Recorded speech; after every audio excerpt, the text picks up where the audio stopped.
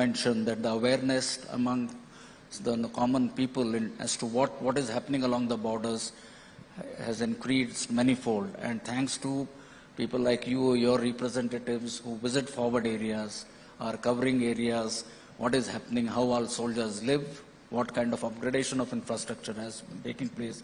So I would say the awareness amongst common masses about the forward areas is much more than what it used to be perhaps a few years back.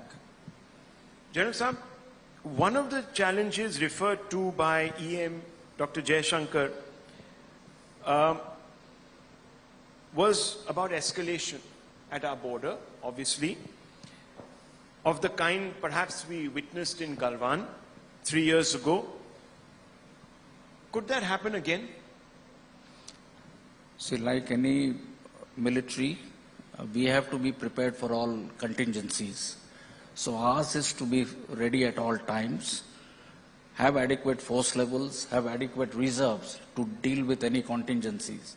And to deal with any such contingencies, we have our plans, we practice them, we rehearse them, and that is what I would like to perhaps state in response.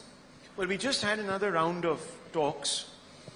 The Chinese or the PLA leadership, whichever way you want to sort of phrase it, don't seem to be in a hurry to de-escalate. Why do you think this is the case? Now, what I believe is, unless you talk, unless you engage, both sides engage, talk to each other, I think that is the only way you will find resolution to ongoing issues. I think we need to be patient. We need to not rush up things. And whatever dialogue, whatever talks that have happened so far, I believe we've had, satisfying results.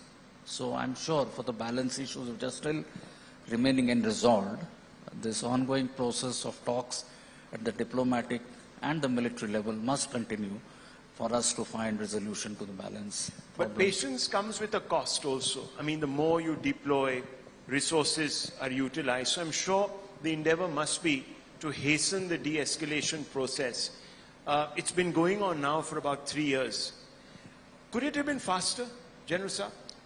Well, like I mentioned, it's a process, right? And in any talk, in any resolution, any dialogue, there are two sides.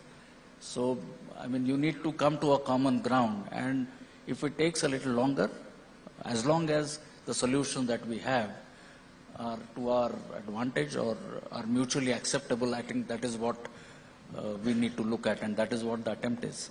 So I'm going to try and headline hunt here, and I'm going to try and tweeze this out of you. Do you think the Chinese have been unusually reticent in meeting some of our expectations? Well, again, I'll repeat the same point which I've made.